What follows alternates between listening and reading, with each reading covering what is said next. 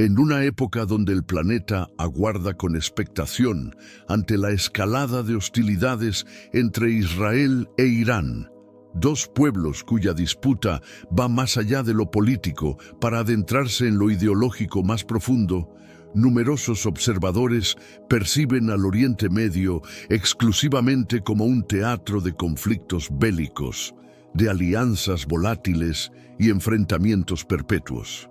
No obstante, más allá de los encabezados noticiosos y las fronteras de combate, se encuentra una historia milenaria, mucho más ancestral que cualquier cartografía contemporánea. Una profecía escrita hace milenios en las Sagradas Escrituras, donde Israel no representa meramente una nación, sino el punto neurálgico del designio divino de Dios para toda la humanidad, que permite que esta diminuta extensión de territorio desértico, carente de vastos recursos naturales o un dominio geopolítico avasallador, logre pervivir, renacer y continuar influyendo en la historia mundial. ¿De qué manera pudo el establecimiento del Estado israelí moderno en 1948, proclamado en una sola jornada, cumplir tan extraordinariamente las palabras de Isaías 66.8? Y tal vez lo más enigmático, ¿cómo fue que la promesa que originó a Israel, pronunciada inicialmente a Abraham, no surgió como un convenio exclusivo, sino como una bendición destinada a todos los pueblos?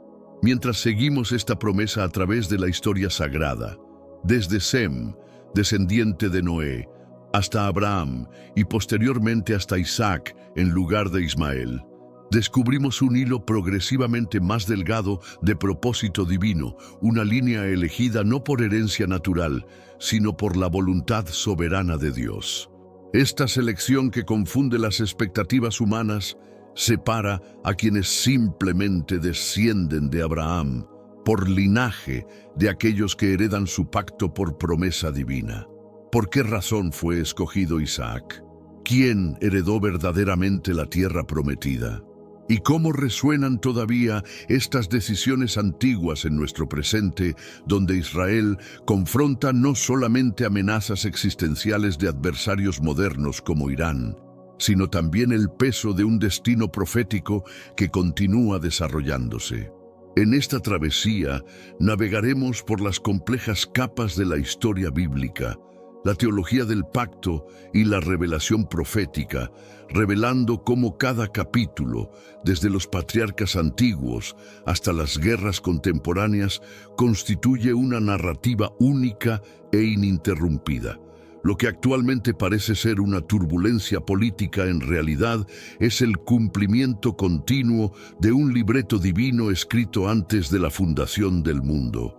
Un libreto en el que Israel desempeña un papel central y en el que toda la humanidad está involucrada. Sumerjámonos en esta corriente bíblica, donde cada versículo refleja no solamente un acontecimiento pasado, sino un futuro que aún se está manifestando.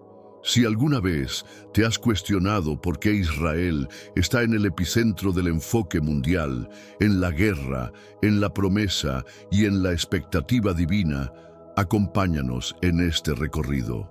Lo que estás a punto de descubrir podría transformar para siempre la manera en que percibes la historia del mundo y el propósito eterno detrás de cada acontecimiento. Antes de iniciar, te invitamos a darle like y suscribirte para formar parte de este viaje donde compartimos relatos bíblicos repletos de significado. Cada apoyo tuyo no solo nos alienta, sino que también contribuye a acercar la palabra de Dios a corazones que la están buscando. Ahora sí, acompáñanos a descubrir la historia especial de hoy, donde las páginas de la Biblia cobran vida en cada detalle.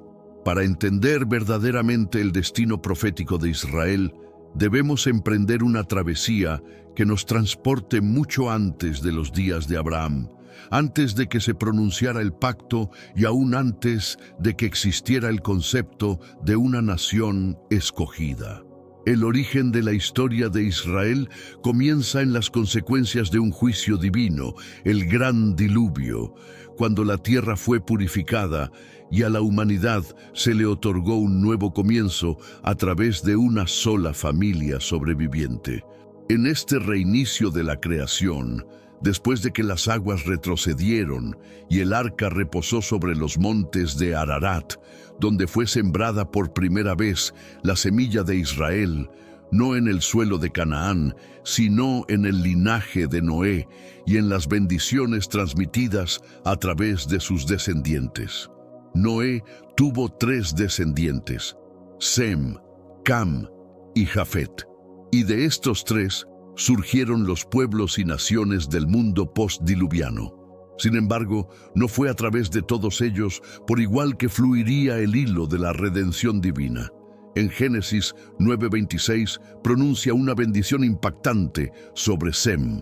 Bendito sea el Señor, el Dios de Sem, sea Canaán su siervo. Esta no es una declaración casual ni una bendición genérica. Es la primera señal profética que apunta hacia una elección divina. Sem sería la línea espiritual a través de la cual habitaría el nombre de Dios, y sus descendientes portarían un llamado santo como ningún otro. A través del linaje de Sem nació Eber, de quien se deriva la palabra hebreo. Esto no es una coincidencia lingüística, sino un hito teológico. Eber representa el primer registro de un hombre que lleva en sí las raíces espirituales y étnicas del pueblo hebreo, cuya fe los distinguiría de las naciones circundantes. Es a través de Eber que la identidad de Israel comienza a cristalizarse, no solamente como un pueblo, sino como un canal a través del cual fluirían la revelación divina y el pacto eterno. Esta genealogía registrada en Génesis 10 y detallada aún más en Génesis 11 forma lo que los estudiosos denominan la Tabla de las Naciones, un texto fundamental que vincula a toda la humanidad postdiluviana con los hijos de Noé. Sin embargo, entre todas estas naciones, solo una línea continúa bajo la bendición directa de Dios, de Sem a Eber, de Eber a Peleg, y finalmente a Tare, el padre de Abraham.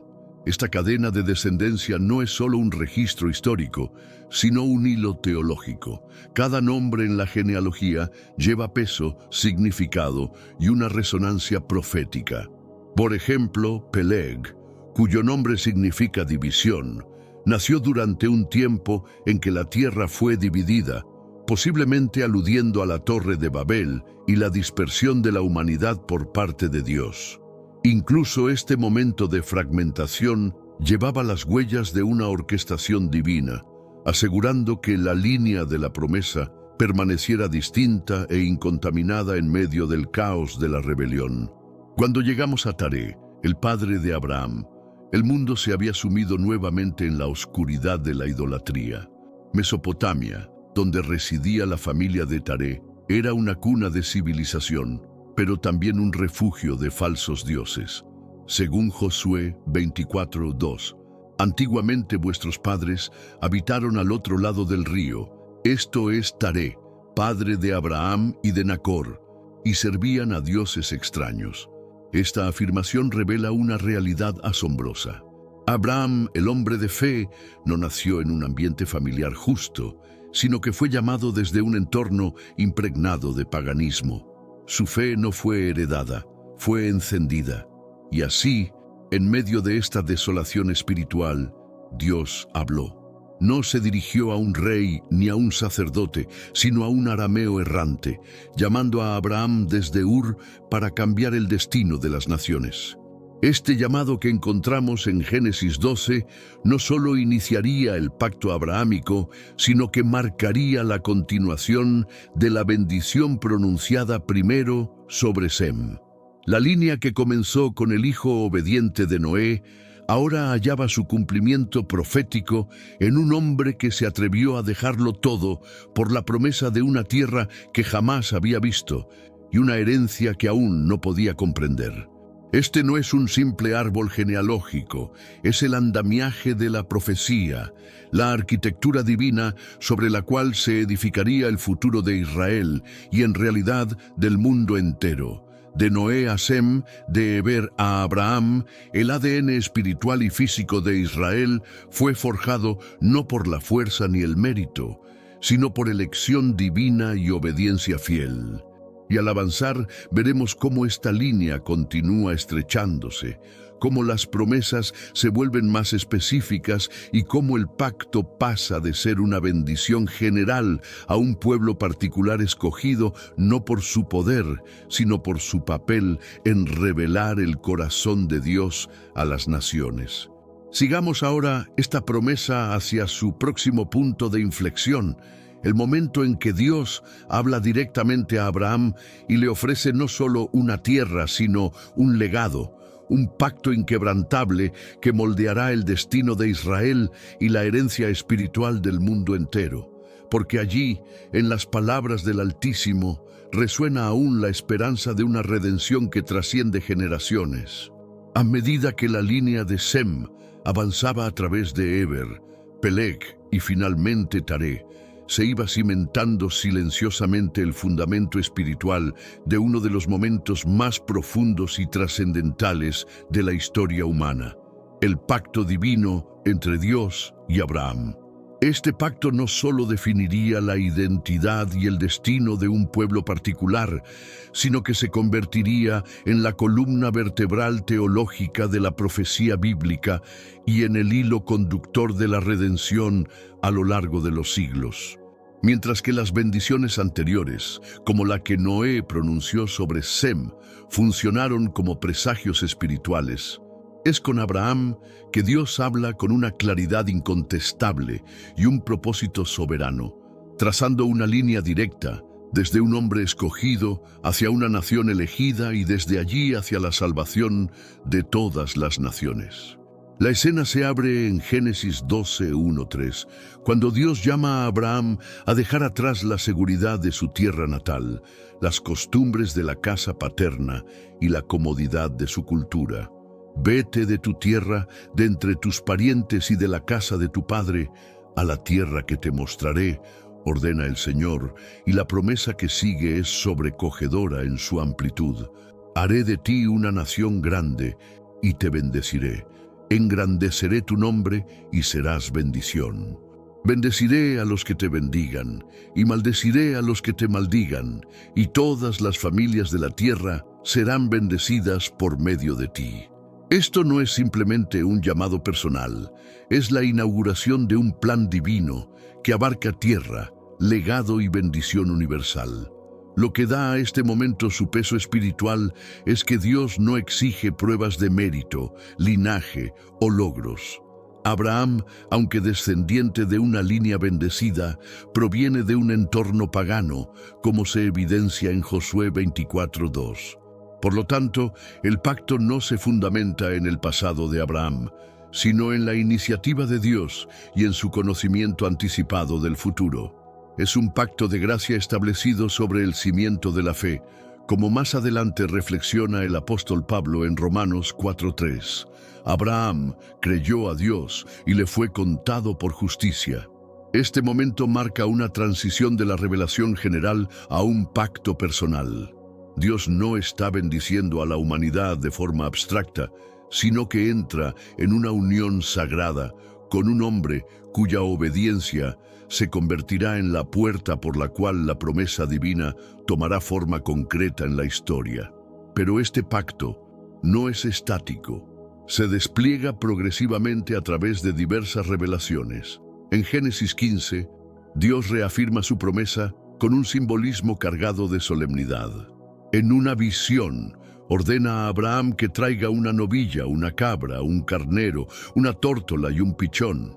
Después de que Abraham parte los animales y los acomoda conforme al rito del pacto antiguo, Dios provoca que un profundo sueño caiga sobre él, y en medio de la oscuridad se posa sobre Abraham un temor espantoso y grande, una atmósfera densa de reverencia y peso profético. Entonces, en forma de horno humeante y antorcha de fuego, Dios mismo pasa entre los animales partidos, sellando así el pacto con un acto que en el antiguo Oriente Próximo representaba el acuerdo más solemne posible. Pero lo que distingue este momento es que solo Dios camina entre las piezas, indicando que Él y solo Él asume toda la responsabilidad por el cumplimiento del pacto. Las palabras de Dios en este instante son precisas y asombrosas.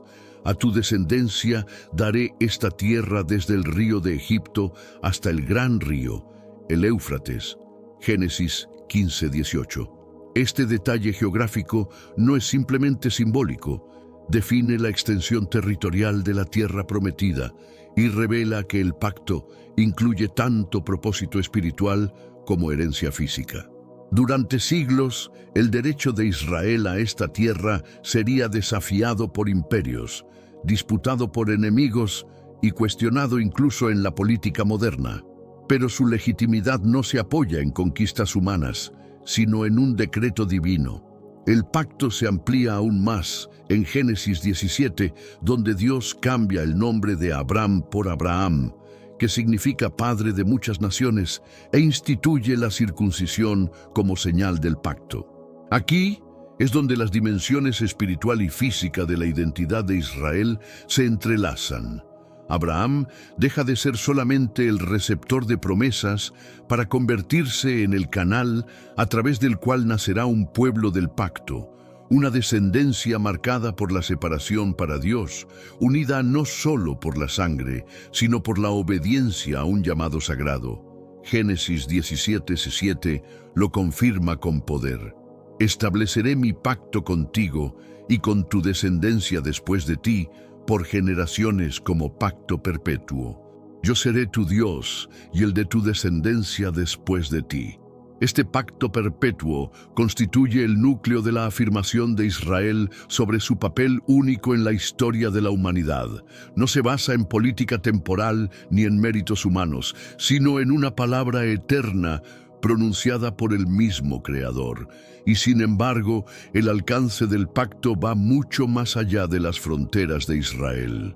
En el corazón de la promesa se halla una misión global, que por medio de la simiente de Abraham, todas las naciones sean bendecidas.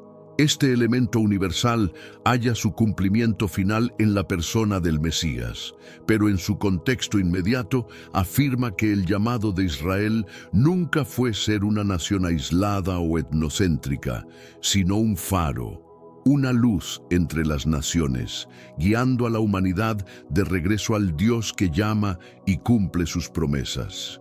El pacto con Abraham, por tanto, no representa meramente el inicio de una identidad nacional, es la revelación progresiva del plan redentor de Dios.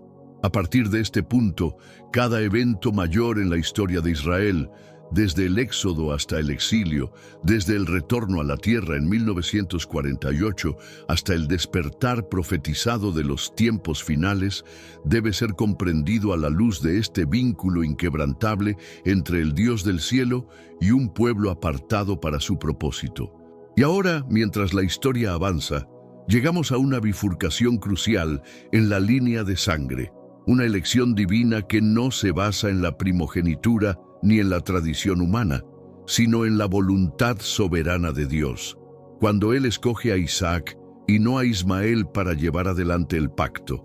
Las razones detrás de esta elección revelan no solo el mecanismo de la elección divina, sino también las prioridades espirituales de un Dios que ve más allá de la biología y penetra en el corazón mismo del destino redentor.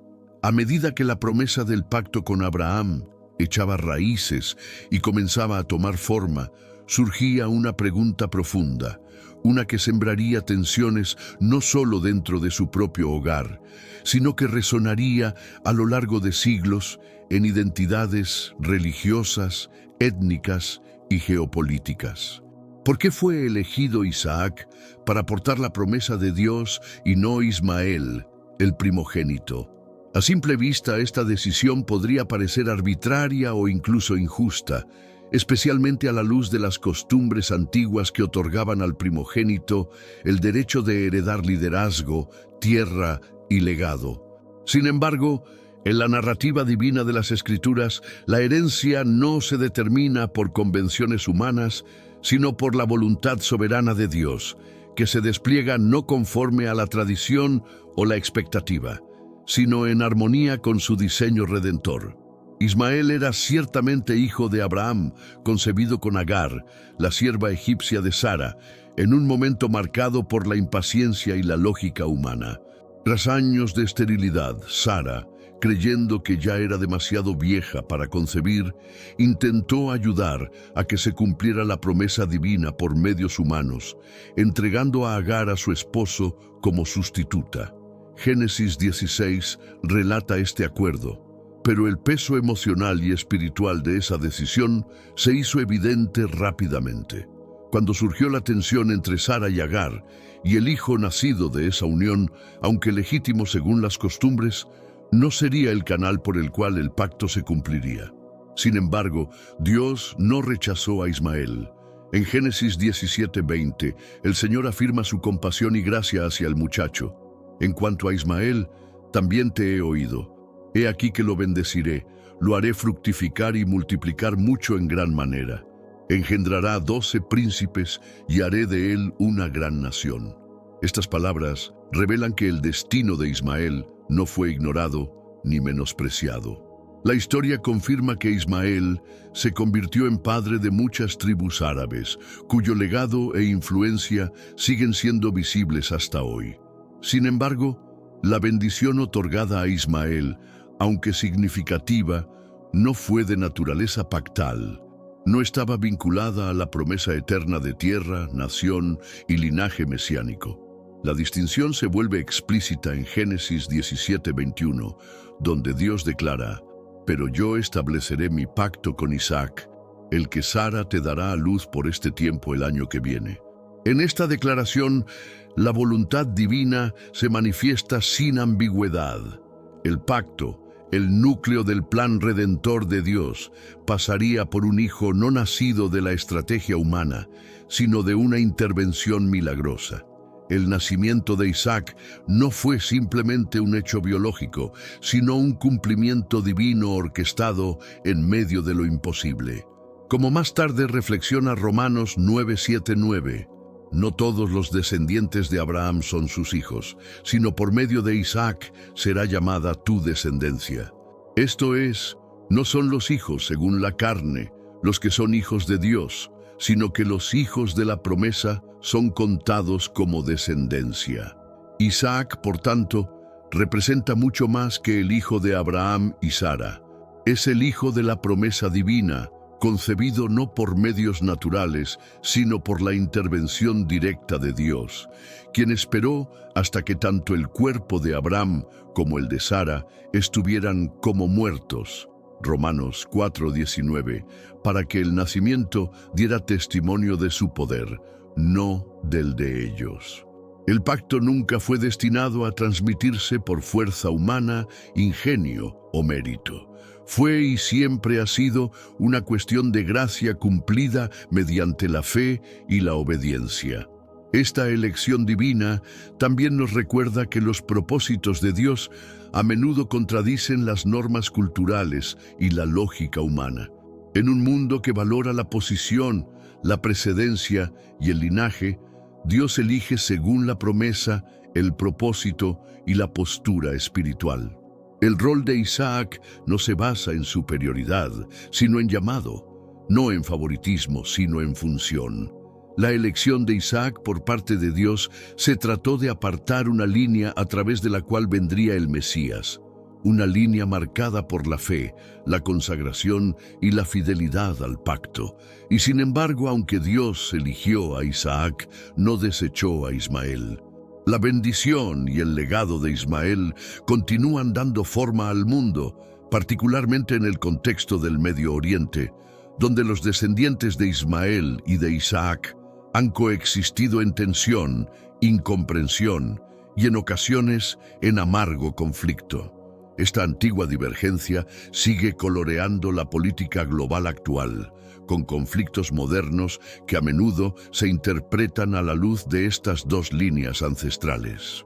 La compleja relación entre los hijos de Abraham no es solo un asunto de historia antigua, es una dinámica viva que informa narrativas teológicas, ideologías políticas y expectativas proféticas. Espiritualmente, la elección entre Isaac e Ismael también destaca un tema más profundo que recorre toda la Escritura: el contraste entre carne y espíritu, entre lo nacido del esfuerzo humano y lo engendrado por la promesa divina. Gálatas 4:22 expone esta diferencia con claridad, porque está escrito que Abraham tuvo dos hijos, uno de la esclava y otro de la libre, pero el de la esclava nació según la carne, mientras que el de la libre nació por la promesa. El apóstol Pablo interpreta este relato como una alegoría, contrastando el antiguo pacto del Sinaí con el nuevo pacto de la gracia, revelando así cómo incluso estas dinámicas familiares apuntan hacia verdades teológicas mayores. Por lo tanto, la historia de Isaac e Ismael no es un relato de rechazo y favoritismo, sino de propósito y profecía. Mientras que Ismael fue bendecido y multiplicado, Isaac fue escogido para portar el pacto, no por ser más digno, sino porque su existencia misma testificaba del plan sobrenatural de Dios. Y es a través de la línea de Isaac que la promesa continuaría desarrollándose por medio de Jacob, las 12 tribus de Israel y en última instancia hasta el Mesías mismo. Y ahora, al avanzar en esta narrativa que se despliega ante nuestros ojos, llegamos a la siguiente etapa del pacto: cómo la promesa pasó de Isaac a Jacob, quien luego sería llamado Israel, y cómo esa promesa se convirtió en una nación enraizada en una tierra, unida por una ley y destinada a reflejar la luz de Dios ante el mundo. El peso espiritual del papel de Isaac prepara el camino para generaciones de fe, de caída y restauración y de redención final. Todo fluyendo desde la elección fundamental de un Dios que ve el fin desde el principio y escoge no por apariencias, sino por gracia soberana. Aunque la promesa del pacto hecha a Abraham fue declarada con claridad y sellada con autoridad divina, su cumplimiento no se manifestó de inmediato, ni el camino de la promesa a la posesión fue lineal o libre de pruebas. Por el contrario, lo que siguió fue una travesía generacional marcada por la espera, el desierto y la guerra. Un trayecto donde la fe fue refinada, la identidad forjada, y un pueblo destinado a heredar fue moldeado tanto por la adversidad como por la victoria. Y aun cuando miramos hacia atrás, a través de las antiguas páginas de las Escrituras, los ecos de aquel largo viaje siguen resonando en las tensiones actuales que rodean la misma tierra que una vez fue prometida a los descendientes de Abraham, recordándonos que las promesas divinas suelen nacer en medio del conflicto y se sostienen por medio de la perseverancia. Cuando Dios prometió por primera vez a Abraham que sus descendientes heredarían la tierra de Canaán, no se la entregó como posesión inmediata, sino como herencia futura. En Génesis 15, 13, 14, el Señor revela a Abraham una verdad sorprendente. Ten por cierto que tus descendientes serán extranjeros en tierra ajena y serán esclavizados y maltratados durante 400 años. Pero también juzgaré a la nación a la que servirán, y después saldrán con grandes riquezas. Esta palabra profética, aunque tranquilizadora en su desenlace, anticipa un periodo prolongado de sufrimiento, espera y aparente lejanía del cumplimiento. Sin embargo, también resalta un principio espiritual que se repite a lo largo de toda la Escritura: que las promesas de Dios vienen acompañadas de un calendario divino diseñado no solo para la transformación humana, sino para la orquestación de su plan redentor más amplio. De hecho, el propio Abraham nunca vería la realización completa de la promesa territorial, como narra Hebreos 11, 9, 10. Por la fe, habitó como extranjero en la tierra prometida, porque esperaba la ciudad que tiene fundamentos, cuyo arquitecto y constructor es Dios. Aunque vivió en Canaán, lo hizo como peregrino, aferrado a una promesa que trascendía su propia vida, confiando en que el mismo Dios que lo llamó desde Ur entregaría a sus descendientes aquella tierra en el tiempo señalado. Esta tensión entre promesa y posesión no es una contradicción, sino una revelación de la perseverancia de la fe a través de las generaciones. Sería a través de Isaac y luego de Jacob, renombrado Israel, que el pacto continuaría desarrollándose. En Génesis 26, 3, 4, Dios reafirma a Isaac: habita en esta tierra, y yo estaré contigo y te bendeciré, porque a ti y a tu descendencia daré todas estas tierras y confirmaré el juramento que hice a Abraham tu padre. De forma similar, en Génesis 28, 13, 14, Dios se aparece a Jacob en un sueño y le declara: yo soy el Señor, el Dios de tu padre Abraham y el Dios de Isaac. A ti y a tu descendencia daré la tierra en que estás acostado, y todas las familias de la tierra serán bendecidas en ti y en tu simiente.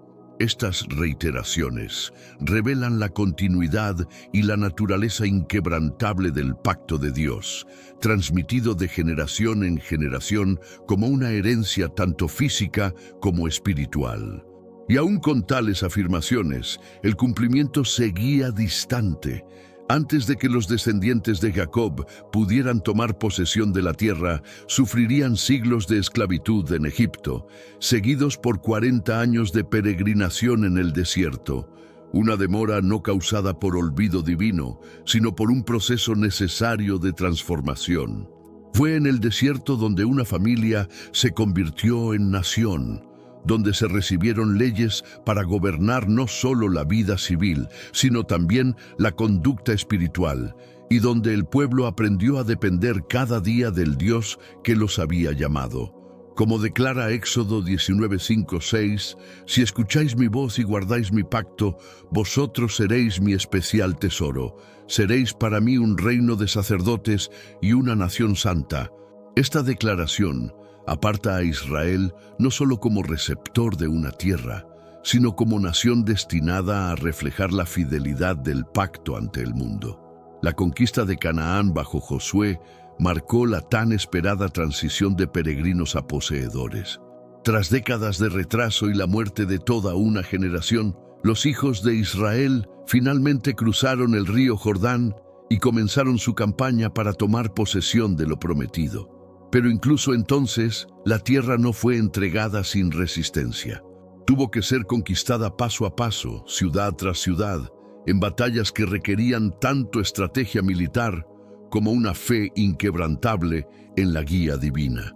La caída de Jericó, las campañas contra los reyes amorreos y la eventual repartición de la tierra entre las 12 tribus testifican que las promesas de Dios, aunque seguras, exigen participación humana marcada por obediencia, valentía y confianza.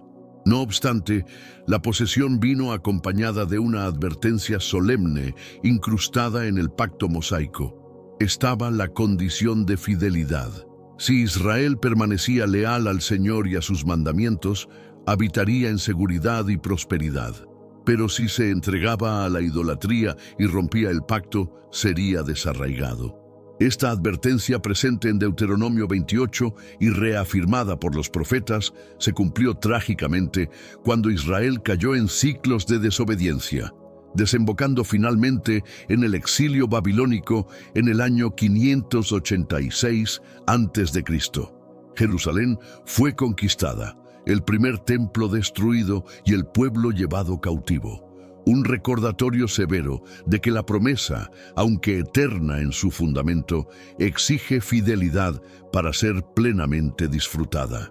Y aún hoy, en pleno siglo XXI, mientras Israel defiende su soberanía y seguridad en una tierra rodeada de amenazas persistentes, incluyendo la creciente hostilidad de Irán, cuyo liderazgo ha expresado abiertamente su deseo de destruir al Estado judío, la lucha por la tierra prometida continúa. Aunque los analistas modernos enmarcan estos conflictos como asuntos de intereses nacionales o hegemonía regional, Quienes comprenden la narrativa espiritual más profunda reconocen que la guerra por Israel no es solo territorial, sino teológica. La tierra sigue siendo disputada porque no es simplemente suelo, es herencia sagrada, representa la fidelidad de Dios y por eso siempre será desafiada. Sin embargo, a pesar de cada exilio, invasión y guerra, el pueblo judío ha regresado, aunque ninguna tan asombrosa como en 1948, cuando se estableció el moderno Estado de Israel, cumpliendo antiguas profecías como Isaías 66:8. ¿Quién oyó cosa semejante? ¿Quién vio tal cosa? Concebirá la tierra en un día, nacerá una nación de una vez. Esa pregunta antes impensable se convirtió en realidad en un solo día, el 14 de mayo de 1948, y el mundo fue testigo de cómo la profecía resucitaba ante sus ojos. Pero aunque la tierra ha sido restaurada físicamente, la plenitud de la promesa a nivel espiritual y profético sigue desarrollándose. El viaje de la promesa a la posesión no es solo la historia de Israel, es también reflejo del caminar espiritual de todo creyente que, como Abraham, es llamado a andar por fe, muchas veces esperando, a veces vagando, pero siempre avanzando hacia la herencia que Dios ha preparado. Y ahora, al ingresar a la próxima fase de la historia de Israel, la era del exilio y el retorno, comenzamos a ver cómo incluso los fracasos de Israel no fueron el final, sino parte de una narrativa mayor de misericordia, restauración y del imparable avance del plan redentor de Dios. Cuando los descendientes de Abraham, Isaac y Jacob se hallaban al umbral de la tierra largamente prometida a sus antepasados, su travesía alcanzó un clímax espiritual decisivo, no mediante conquista militar ni por negociación política, sino a través de un encuentro con el Dios viviente al pie del monte Sinaí. Fue allí, entre el temblor de la montaña, el fuego, los truenos y la voz de Dios que hablaba desde la nube, donde Israel fue transformado de un pueblo errante en una nación de pacto. Este momento monumental, tanto en alcance como en significado, definiría para siempre la relación del pueblo con su Dios y con su tierra. Pues el pacto establecido en el Sinaí no fue simplemente un código legal, sino una carta sagrada que gobernaría su identidad nacional, su llamado espiritual y su derecho condicional a habitar la tierra prometida. Tras la dramática liberación de la esclavitud egipcia, un milagro que demostró la supremacía de Dios sobre el faraón y los dioses de Egipto, los israelitas fueron guiados por el desierto, sostenidos no por provisión humana, sino por intervención divina, maná del cielo, agua que brotaba de la roca y una columna de nube y fuego que marcaba cada paso. Sin embargo, la libertad no era el fin en sí mismo. La salida de Egipto era el camino hacia algo mayor, la unión pactada con Dios. Como declara Éxodo 19:4-6, vosotros visteis lo que hice a los egipcios y cómo os tomé sobre alas de águilas y os he traído a mí. Ahora pues, si diereis oído a mi voz y guardaréis mi pacto, vosotros seréis mi especial tesoro entre todos los pueblos, y seréis para mí un reino de sacerdotes y gente santa. Esta declaración era tanto una invitación como una condición. Ofrecía intimidad con Dios, propósito nacional y favor divino, pero exigía obediencia, reverencia y lealtad. A diferencia del pacto unilateral hecho con Abraham, sellado exclusivamente por la promesa de Dios, el pacto mosaico fue bilateral, requiriendo la participación activa del pueblo. En el Sinaí, Dios entregó los 10 mandamientos, no como reglas arbitrarias, sino como el fundamento de un marco moral y espiritual que distinguiría a Israel de todas las naciones. Estos mandamientos fueron grabados por el mismo dedo de Dios, Éxodo 31:18, un acto simbólico y literal que afirmaba que la ley divina no estaba sujeta a revisión humana. Más allá del decálogo, el pacto incluía leyes civiles, ceremoniales y éticas destinadas a formar una sociedad que reflejara la santidad, justicia y misericordia de su Rey Celestial. La importancia de este pacto no puede ser exagerada, ya que no solo estructuraba una nación teocrática, sino que vinculaba directamente la posesión de la tierra con la fidelidad al pacto. La tierra no era un simple territorio político, era un espacio sagrado donde la presencia de Dios habitaría en medio de su pueblo. El tabernáculo construido según instrucciones divinas se erigiría como símbolo tangible de la cercanía de Dios y recordatorio constante del estándar santo requerido para mantener esa relación. Vivir en la tierra era vivir en conformidad con los estatutos divinos. Quebrantar el pacto equivalía a invitar juicio, exilio y pérdida. Este aspecto condicional no fue ocultado, sino expuesto con toda claridad. En Levítico 26 y Deuteronomio 28 se presentan bendiciones y maldiciones con un detalle sobrecogedor. Si Israel obedecía, disfrutaría de paz, prosperidad y protección divina. Sus enemigos huirían, sus cosechas abundarían y vivirían seguros en la tierra. Pero si se rebelaban entregándose a la idolatría y despreciando los mandamientos de Dios, seguirían castigos como hambre, enfermedad, invasión y finalmente el exilio. Estas advertencias no eran amenazas vacías, sino bosquejos proféticos de una historia futura.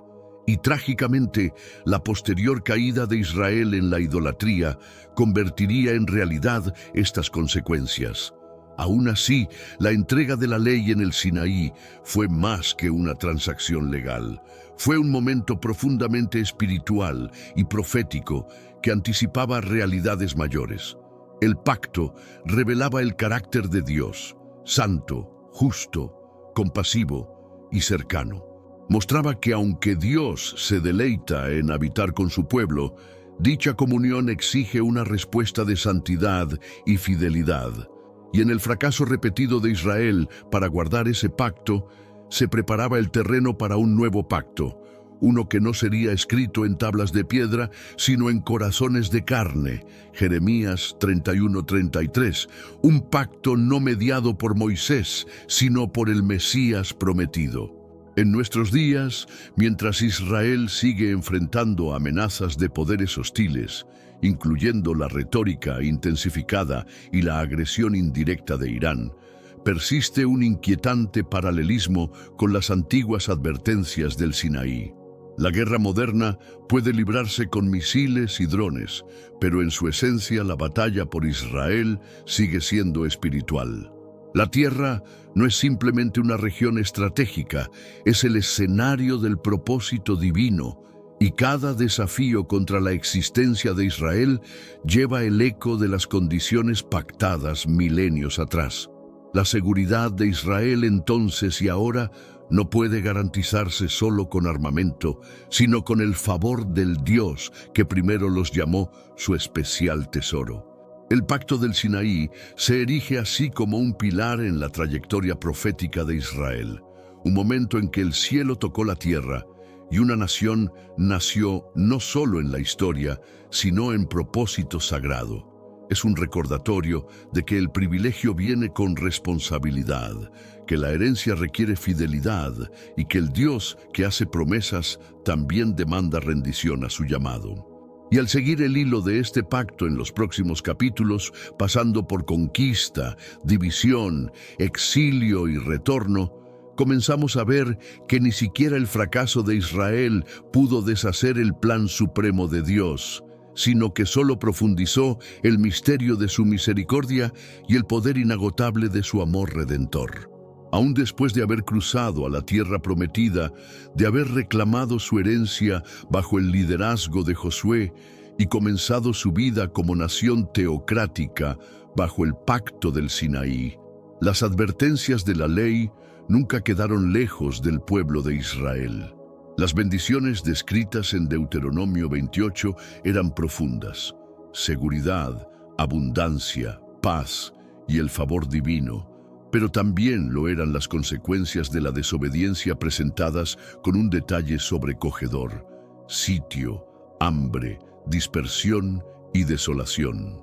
Israel fue llamado a ser luz para las naciones, un reino de sacerdotes y una nación santa. Pero la santidad no se hereda solo por sangre, debe sostenerse mediante la obediencia y la fe. Y cuando ese pacto fue quebrantado, las consecuencias no llegaron de repente, pero sí con certeza, primero como decadencia interna y finalmente como una catástrofe nacional.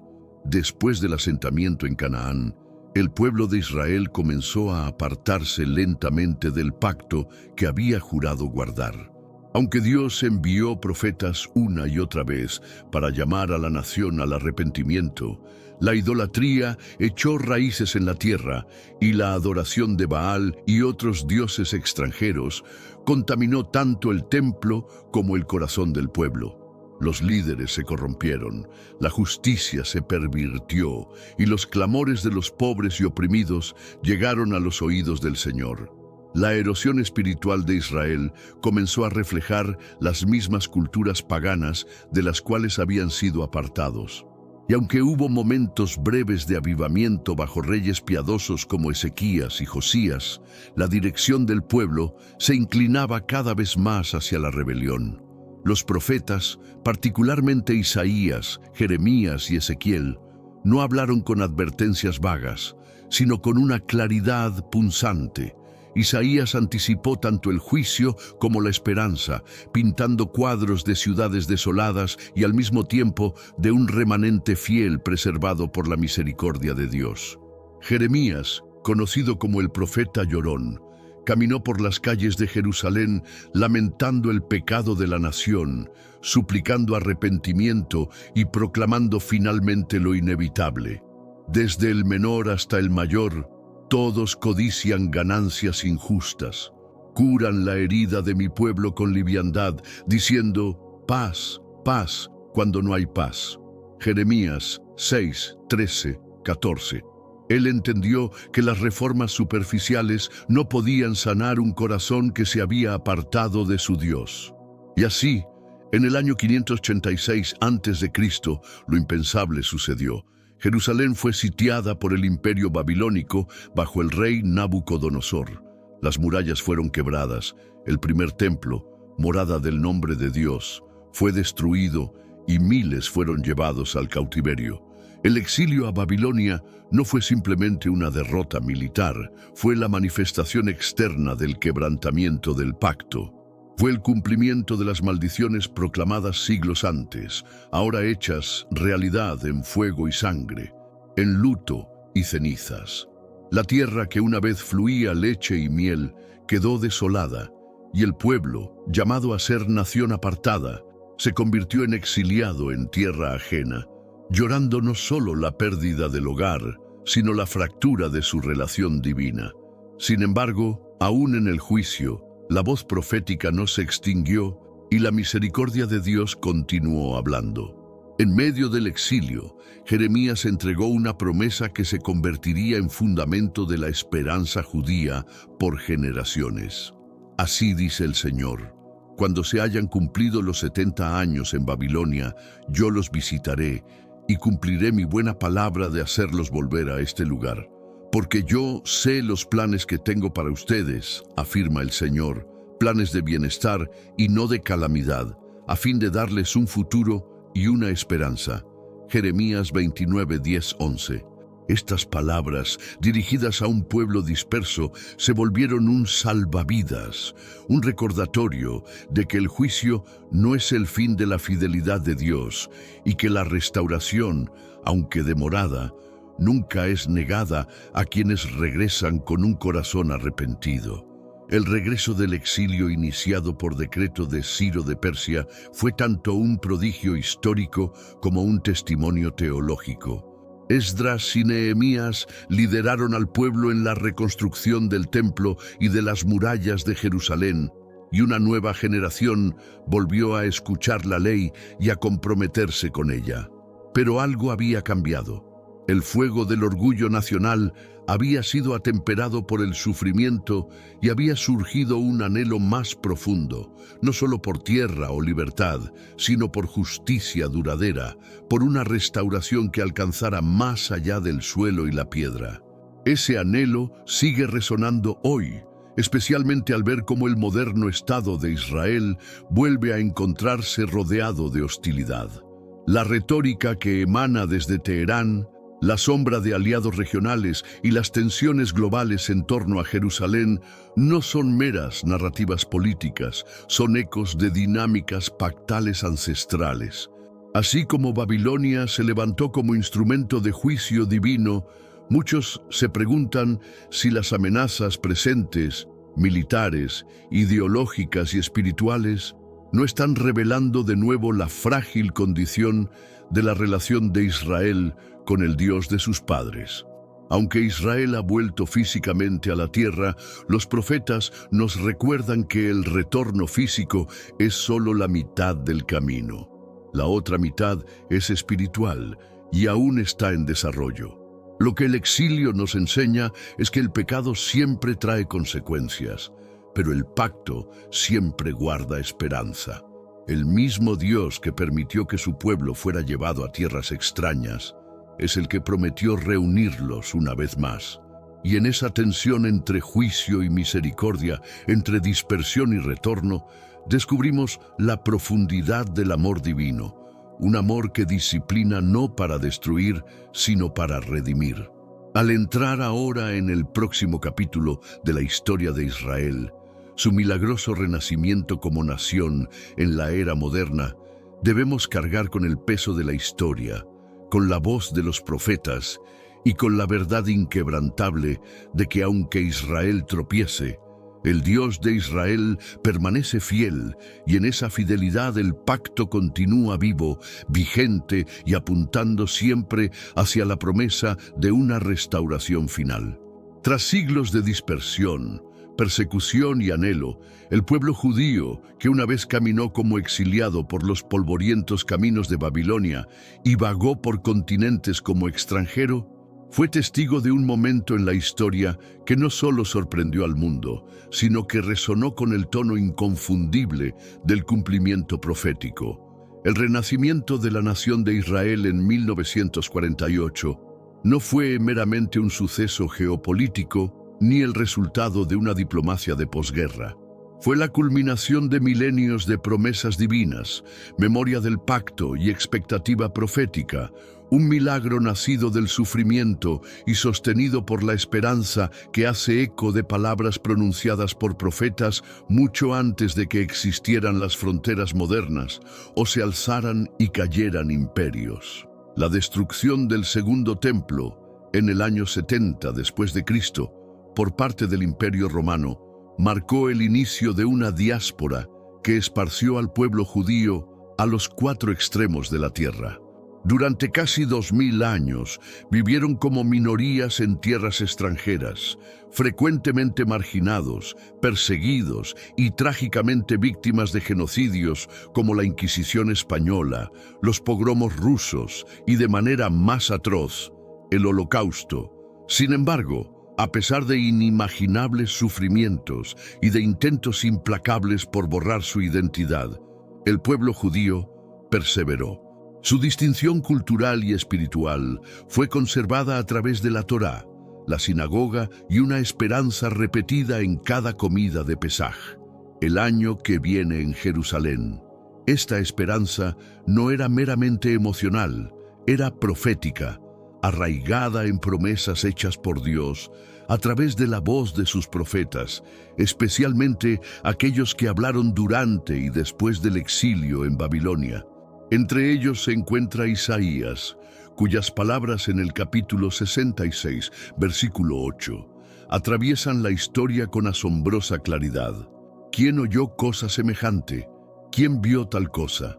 ¿Concebirá la tierra en un día? ¿Nacerá una nación de una vez? Isaías 66, 8. Cuando el 14 de mayo de 1948, David Ben Gurión se presentó ante una modesta audiencia en Tel Aviv y declaró el establecimiento del moderno Estado de Israel, estas palabras, antes consideradas metáforas o símbolos lejanos, se hicieron realidad en dimensiones literales, políticas y espirituales.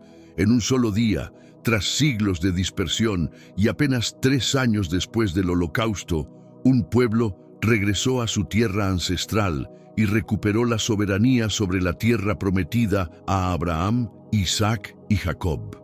Este milagro moderno no estuvo exento de dolor ni conflicto. Inmediatamente tras la declaración de independencia, Israel fue invadido por 5 naciones árabes, dando inicio a la Guerra Árabe-Israelí de 1948, una especie de bautismo de fuego que marcó el peligroso camino por delante. Sin embargo, Israel prevaleció, y pese a ser superado en número y armamento, la joven nación sobrevivió y aseguró su lugar entre las naciones.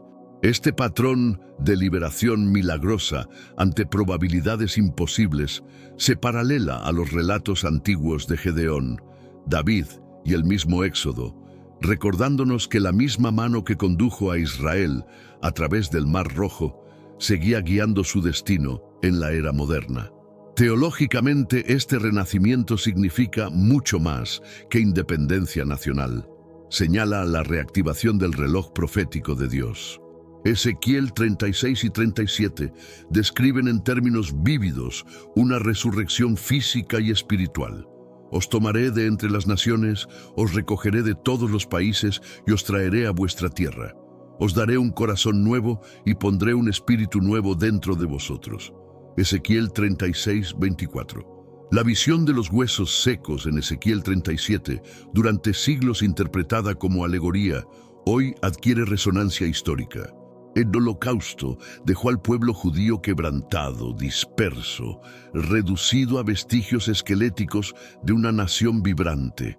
Pero Dios, fiel a su palabra, sopló vida sobre esos huesos y los trajo de regreso. En un mundo aún plagado de antisemitismo, hostilidades regionales y tensiones crecientes, especialmente desde Irán, cuyo liderazgo sigue llamando abiertamente a la destrucción de Israel y financiando milicias en sus fronteras, la mera supervivencia de Israel sigue siendo tanto un prodigio político como una declaración teológica. La búsqueda de capacidad nuclear por parte de Irán, su presencia en Siria y su apoyo a grupos como Hezbollah y Hamás no son solo fricciones geopolíticas, sino oposición espiritual a un destino pactado. La batalla ya no se libra solo por tierra física, es ideológica, teológica y profética. Negar el derecho de existencia de Israel es en esencia resistirse al cumplimiento visible de las antiguas promesas de Dios. Y sin embargo, la Escritura deja claro que este retorno físico es solo el principio. Aunque la tierra ha sido recuperada, el corazón del pueblo aún está en proceso de restauración. Zacarías 12:10 profetiza un día en que Israel mirará al que traspasaron y hará duelo como por hijo unigénito, reconociendo a su Mesías y entrando plenamente en la relación del pacto. El apóstol Pablo lo reafirma en Romanos 11, 25, 26, donde declara que todo Israel será salvo cuando se cumpla la plenitud de los gentiles. Sí, el renacimiento de Israel no es el final de la historia, sino un punto de inflexión, una señal visible de que el escenario está siendo preparado para los capítulos finales de la redención.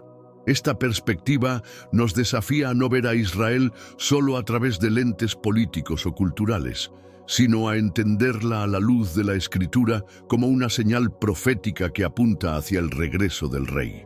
Mientras presenciamos inestabilidad creciente en el Medio Oriente, hostilidad acelerada hacia Israel y polarización entre naciones, debemos preguntarnos, ¿acaso no estamos viendo el alineamiento de eventos que los profetas anunciaron hace mucho? En este gran drama que se despliega, Israel no es solo una nación renacida, es un testimonio de la fidelidad de Dios, un espejo que refleja la perseverancia del pacto y una trompeta que anuncia la cercanía de la consumación divina. El mismo Dios que dispersó a Israel por su desobediencia es el que ahora los ha reunido por misericordia, y lo que Él ha comenzado, sin duda, lo llevará a término.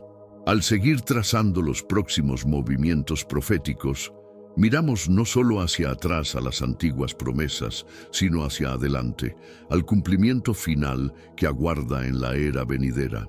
Aunque el renacimiento físico del moderno Estado de Israel en 1948 marcó un cumplimiento extraordinario de antiguas profecías, quienes escudriñan profundamente las Escrituras comprenden que no fue la culminación del plan de Dios para su pueblo del pacto, sino el inicio de un nuevo capítulo, uno que apunta hacia una transformación aún más profunda y definitiva. Si bien la tierra ha sido recobrada y el pueblo reunido, el corazón de la nación aún espera su restauración suprema, un despertar espiritual que reconciliará a Israel con su Mesías y abrirá paso a la etapa final de la historia redentora. Los profetas no hablaron solo del regreso a la tierra, sino también de un momento futuro en el cual se levantaría el velo del corazón de Israel y se abrirían sus ojos para reconocer a aquel que han esperado por siglos. Este retorno espiritual está entretejido a lo largo de los escritos proféticos, donde el restablecimiento físico siempre anticipa una obra más profunda del Espíritu. En Ezequiel 36, 24-27, Dios declara: «Yo os tomaré de las naciones, os traeré a vuestra tierra, esparciré sobre vosotros agua limpia y seréis limpiados, y os daré un corazón nuevo y pondré espíritu nuevo dentro de vosotros». Este pasaje revela que si bien la tierra es importante, no es el fin en sí mismo, es el escenario donde tendrá lugar el verdadero milagro de transformación interior. Esta promesa alcanza su punto culminante en Zacarías 12:10, un versículo que resuena con intensidad profética. «Y derramaré sobre la casa de David y sobre los habitantes de Jerusalén espíritu de gracia y de oración, y mirarán a mí, a quien traspasaron, y llorarán como se llora por hijo unigénito». En esta impactante profecía, el Señor habla de un momento nacional de reconocimiento y arrepentimiento, cuando el pueblo de Israel comprenderá finalmente que el Mesías que anhelaban es el mismo que una vez rechazaron. No será simplemente una emoción pasajera, sino una intervención soberana, un acto divino de gracia que ablandará corazones, abrirá entendimiento y traerá reconciliación verdadera. El apóstol Pablo profundiza en este misterio en Romanos 11, donde habla de un endurecimiento parcial que ha venido sobre Israel hasta que entre la plenitud de los gentiles, y luego afirma: «Y así todo Israel será salvo». Romanos 11:26. Pablo no habla aquí en metáforas ni abstracciones, sino en plena continuidad con los profetas, confirmando que el mismo Dios que eligió a Israel, la disciplinó en el exilio y la restauró a su tierra, también obrará un momento futuro de salvación nacional, no aparte del Mesías, sino a través de él. Esta restauración en proceso tiene un peso teológico inmenso, pues revela el carácter de Dios como fiel y paciente, que no abandona sus promesas aún cuando su pueblo falla. Y en nuestro tiempo, donde las presiones políticas sobre Israel aumentan, donde las amenazas de Irán se tornan cada vez más osadas y los ataques por parte de aliados regionales cobran vidas, la tensión espiritual detrás de estas crisis geopolíticas se hace cada vez más evidente. Israel permanece en el epicentro no solo de la estrategia militar, sino del conflicto espiritual, siendo campo de batalla no solo de ejércitos, sino de destinos eternos. Cada misil disparado, cada acto de terror, cada conspiración contra la existencia de Israel es señal visible de una guerra invisible, una batalla entre los propósitos de Dios y la resistencia del sistema del mundo que se opone a su plan redentor. Y sin embargo, la Escritura asegura que pese a la oposición, el desenlace es seguro. Así como la tierra fue restaurada contra toda expectativa, Así también será restaurado el corazón del pueblo, no por diplomacia ni ideología, sino por el movimiento irresistible del Espíritu Santo sobre la nación que lleva el nombre de Dios. Esta restauración final no ocurrirá en aislamiento. Según la profecía bíblica, coincidirá con el regreso del Mesías, quien no solo reinará desde Jerusalén, sino que establecerá un reino de justicia y paz sobre toda la tierra. Isaías 2:3 describe ese día glorioso, porque de Sión saldrá la ley y de Jerusalén la palabra del Señor, y las naciones ya no aprenderán más la guerra, sino que caminarán a la luz del Señor. Esta era mesiánica, anticipada por profetas y apóstoles, depende del regreso de Israel no solo a su tierra, sino a su Dios. Por eso, la restauración espiritual de Israel no es un simple detalle doctrinal, es la piedra angular de la esperanza escatológica de las Escrituras. Nos recuerda que las promesas de Dios son irrevocables y que la historia avanza, no al azar, sino bajo la dirección soberana de aquel que la orquesta todo hacia un clímax glorioso. Llama a las naciones a reconsiderar su postura hacia Israel, no bajo lentes políticos, sino bajo la luz de la profecía, y convoca a los creyentes en todo el mundo a orar, no solo por la paz de Jerusalén, sino por la apertura de ojos y corazones, para que la nación elegida desde antiguo abrace al que fue traspasado por sus rebeliones y camine en la plenitud de su llamado eterno. En esta gran narrativa, la restauración de Israel se convierte en espejo de la misericordia divina, en testimonio de la perseverancia del pacto y en trompeta que anuncia la cercanía del reino. Al encontrarnos al borde del cumplimiento profético, no debemos apartar la mirada. Lo que se despliega ante nuestros ojos no es solo historia, es sagrado, anunciado, imparable. Y en el retorno del corazón de Israel a su Dios, contemplamos el amanecer de la redención final del mundo. Desde sus orígenes en la antigua línea de Sem, hasta su milagroso renacimiento en 1948 y en dirección hacia las promesas aún no cumplidas de restauración espiritual. La historia de Israel no es simplemente la crónica de un pueblo resiliente, sino el marco mismo a través del cual se despliega la narrativa divina de la redención. Estudiar la historia de Israel es mirar dentro del espejo de la profecía y presenciar en tiempo real el cumplimiento progresivo de un pacto que trasciende geografía, generaciones e incluso la rebelión. Es una historia tejida a lo largo de toda la Escritura, sellada por juramento divino y sostenida por el carácter de un Dios que no miente, que no olvida y que siempre lleva a término lo que comienza. El peso teológico de la existencia de Israel no puede exagerarse, pues fue a través de Israel que Dios introdujo su orden de pacto, su ley moral y finalmente su Mesías. El llamado a Abraham no fue un evento aislado, sino el inicio de un plan redentor global que alcanzaría su clímax en la persona de Jesús, el Mesías, nacido de Israel, que ministró a Israel y que murió no solo por Israel, sino por la salvación del mundo entero. Sin embargo, el misterio del plan de Dios no concluye con la primera venida de Cristo. El apóstol Pablo, escribiendo en Romanos 11, describe una tensión divina, un endurecimiento parcial sobre Israel, hasta que entre la plenitud de los gentiles, y entonces todo Israel será salvo. Romanos 11:26. Esta promesa, lejos de ser simbólica, lleva el peso de la expectativa profética y la claridad escatológica. Israel, por tanto, permanece en el centro no solo del pasado, sino del futuro. El regreso a la tierra, la preservación en medio de guerras, la milagrosa resistencia ante la oposición global y el creciente anhelo espiritual entre muchos dentro del país, todos apuntan hacia la culminación de una línea profética que avanza con firmeza hacia su clímax.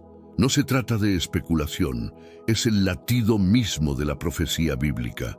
Los profetas Isaías, Jeremías, Ezequiel y Zacarías previeron días en los que Dios no solo reuniría a su pueblo de entre las naciones, sino que habitaría entre ellos una vez más, no en un tabernáculo temporal, sino en la persona del Mesías, que regresará para reinar desde Jerusalén con justicia y verdad.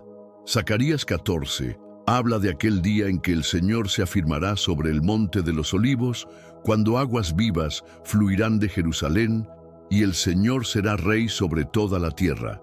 Zacarías 14:9. Esta visión no es figurativa, es la conclusión culminante de una promesa divina que comenzó en Génesis y se extiende a través de la cruz, la resurrección, la restauración y finalmente hacia el trono de David restaurado. El final no es destrucción, sino restauración, no es caos, sino reino. Y es Israel, tanto la tierra como el pueblo, quien ha sido elegido por Dios como el epicentro de este acto final. Y aun cuando estas promesas se acercan a su cumplimiento, el mundo no guarda silencio. Las guerras y conflictos actuales que rodean a Israel no son accidentales, ni meramente políticos. Son reverberaciones espirituales de una enemistad antigua que se remonta al Edén y resuena a través de cada imperio que intentó aniquilar al pueblo del pacto. Las amenazas de Irán, el auge del antisemitismo a nivel global, el aislamiento de Israel en el escenario internacional y la creciente polarización en torno a Jerusalén no son casualidades, son síntomas de una batalla espiritual que gira en torno al cumplimiento de la palabra de Dios. Cada misil dirigido a Israel encierra un propósito más oscuro que la conquista territorial. Intenta desafiar la integridad del pacto divino y la veracidad de la profecía bíblica. Pero las Escrituras nos aseguran que Israel no será destruido. El profeta Jeremías declara: «Así dice el Señor, si pueden quebrarse mis leyes sobre el día y la noche, también la descendencia de Israel dejará de ser nación delante de mí para siempre». Jeremías 31:36. Y el profeta Amós anuncia: «Los plantaré sobre su tierra y nunca más serán arrancados de la tierra que yo les di». Amós 9:15. Estas no son promesas condicionales, son declaraciones absolutas de intención divina, fundamentadas en el carácter inmutable y el plan soberano de Dios. Para los creyentes, la historia de Israel no es un mero tema académico ni una fascinación histórica. Es un testimonio vivo de la fidelidad de Dios y un llamado a discernimiento activo en nuestro tiempo. Comprender a Israel es comprender el pulso de la profecía y seguir su trayecto es rastrear los pasos que se acercan del Rey que regresa. También es una invitación a la intercesión, como dice el Salmo 122:6, «Pedid por la paz de Jerusalén, sean prosperados los que te aman». Esta oración no es una esperanza pasiva, sino una alineación profética con los propósitos divinos, una forma de solidarizarnos con su plan en marcha y de preparar nuestros propios corazones para los días que vendrán. Al final, el viaje de Israel es el viaje del pacto, probado, quebrantado, renovado y finalmente cumplido. Es un camino que revela la paciencia de Dios, la persistencia de su gracia y el poder de su palabra para perdurar a través de milenios de tormenta, fracaso y resistencia. También es un espejo de nuestra propia condición espiritual y de nuestra necesidad del mismo Mesías que Israel un día reconocerá plenamente. El retorno a la tierra ha comenzado, el escenario está preparado y el telón se alza para el acto final, no de la mera supervivencia de Israel, sino de su glorificación al entrar en la plenitud de su destino y ocupar su lugar en el corazón del reino redentor de Dios sobre la tierra. Gracias por acompañarnos en este increíble viaje profético. Cada historia bíblica es un sendero de regreso a Dios, alimentando la fe que todos buscamos. Si disfrutaste esta travesía, por favor dale me gusta para compartir el mensaje y suscríbete para acompañarnos en la exploración de más historias llenas de significado. Nos vemos en el próximo video y que Dios bendiga abundantemente a ti y a tu familia.